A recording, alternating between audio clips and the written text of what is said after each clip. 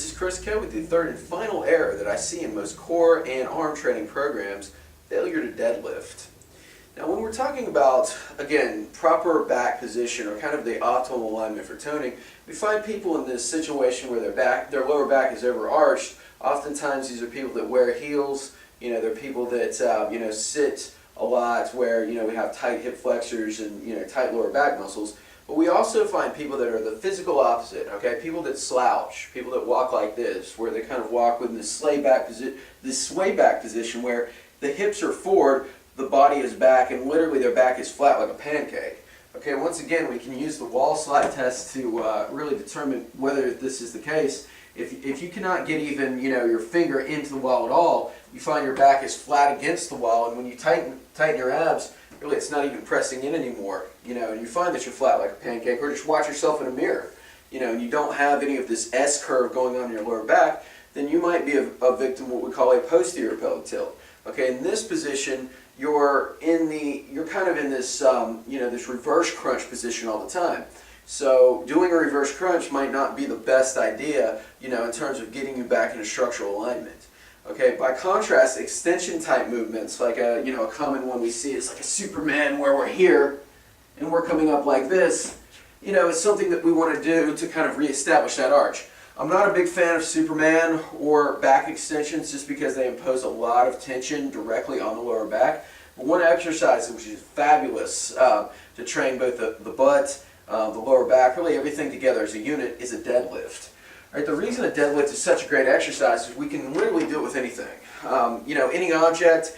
You don't have to start with a loaded 500-pound barbell. Most people will start them with a 20-pound plate, a medicine ball. It doesn't really matter. The key is form. Okay, and what I'm going to do here, I'm going to tighten my abs.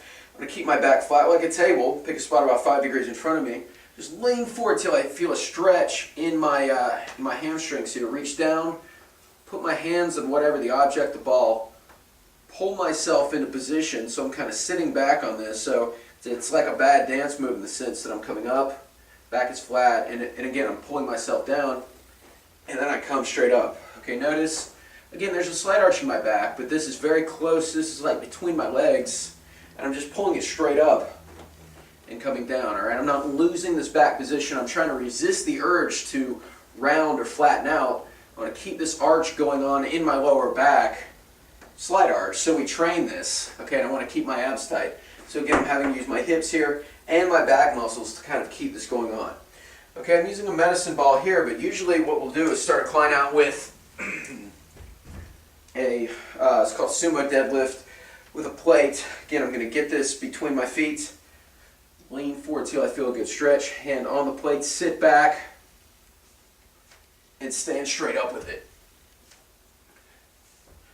And again, this is a great exercise. You can go up to, dumbbells in gyms go up to several hundred pounds, but, regularly have people start out, move up to over 100 pounds really within the first couple of weeks. Now, just because you might not have a gym available to you doesn't mean that you can't use a deadlift.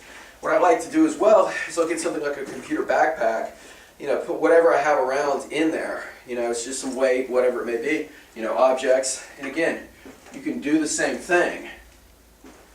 Okay, and with this, there are really many variations that we can incorporate. We can go single leg RDL. Okay, so it's a single leg deadlift where, again, I'm hinging forward, slight bend in my knee, pausing at the bottom.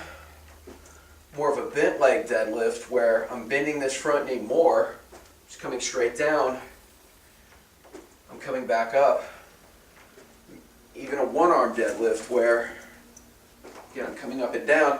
And really the common denominator here is in all of these, I'm sitting back, pulling myself into position, maintaining that slight arch in my lower back, and I'm coming up and down, so we're training that function.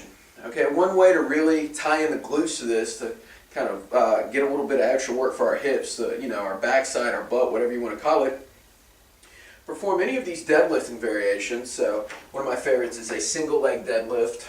I'll go 8 to 10 reps, the weight I can do, again, 8 to 10 times. And I'll move into a single leg glute bridge variation. So I'll do something like maybe a single leg glute bridge with my foot elevated. Hold at the top for 1 to 2 seconds. 3 to 4 seconds. Hold, come down. And again, those two things will really start to bring out definition, in the backside, trains the butt from multiple angles.